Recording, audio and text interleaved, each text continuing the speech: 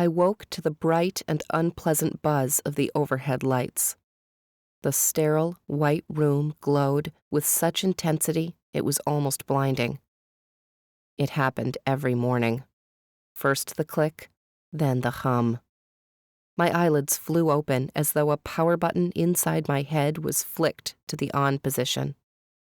My arm rose to cover my face and shield me from the bright lights. It had been that way for as long as I remembered, which seemed both a long time and only a few days. I rolled over onto my right side, and my eyes darted between 3 sliding doors on the wall parallel to my bed. The first, located directly across from my resting head, was the entry, the door I passed through twice a day, once when I left the room and then again when I came back. My gaze skimmed a little further to the left. In the middle of the wall was the much smaller opening of the dumbwaiter. I favored that door, as each whoosh signaled a meal or snack. I tucked my chin a little and looked over toward the third opening at the far end of the wall. My focus drifted toward the white surveillance camera with its ever-watchful red eye. For the moment, it pointed directly at my bed, silent and still. Yet, once I rose, it would awaken and begin its daily routine of stalking me around my room. I resisted the urge to wave and returned my attention to the laundry chute. It wasn't as big as the entry, but certainly larger than the dumbwaiter. Large enough, in fact, I believed it could hold 2 small or even average-sized people. Who would try? The thought made my skin prickle. All 3 doors remained closed and silent, but soon the daily procedures would begin. The sound of sliding doors would replace the irritating hum of the overhead lights.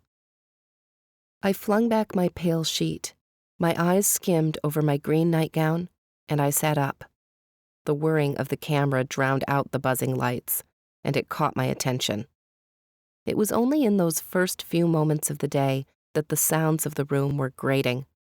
Soon the noises would disappear into the background, only recalled at night when they finally quieted. A thought suddenly came to mind and erased my irritation. I was getting a surprise today. I swung my legs over the side of the bed and rested my feet on the white tile floor. Soothing warmth radiated through my body and tempted me to lie down on the hard surface. The first whoosh of the day interrupted my thoughts. The door of the dumbwaiter had opened. My breakfast had arrived. Small gurgles deep inside my stomach rolled through my gut. It finally concluded with a loud, inhuman grumble as the smell of bacon wafted through the room. I rushed toward the small compartment behind my table and pulled out the covered tray. I breathed in the delicious smell. My free hand curled into a tight fist at my side as a distant and unclear memory flashed in front of me. I placed the tray on the table, exhaled, and uncurled my hand. Morning procedures had to be followed.